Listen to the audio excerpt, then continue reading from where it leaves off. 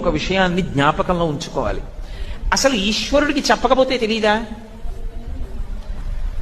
మనం రోజు పూజ చేస్తాం.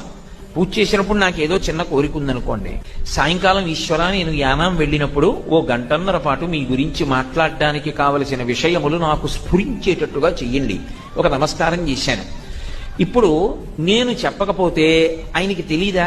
వీడు యానం పెడతాడు, వీడు ఇవాళ ఉపన్యాసం చెప్పాలి, ఉపన్యాసం చెప్పాలంటే నేనే వాడికి జ్ఞాపక శక్తిని ఇవ్వాలి అని ఆయనకి తెలీదా? మరి ఎందుకు అసలు భగవంతుడిని అడగడం? అప్పుడు ఆయన సర్వజ్ఞుడు ఎలా అయ్యాడు?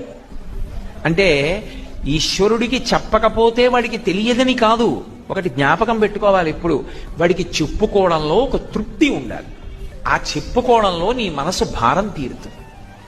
అంతేగాని నువ్వు చెప్పకపోతే ఆయనకి తెలియదు కాబట్టి నీకు ఉపకారం చేయడని అనుకోకూడదు. అసలు మనం భగవంతుడి దగ్గరికి వెళ్ళి నోరు విప్పి చెప్పవలసిన అవసరం ఉండదు. ఆయనకు అన్నీ తెలుసు.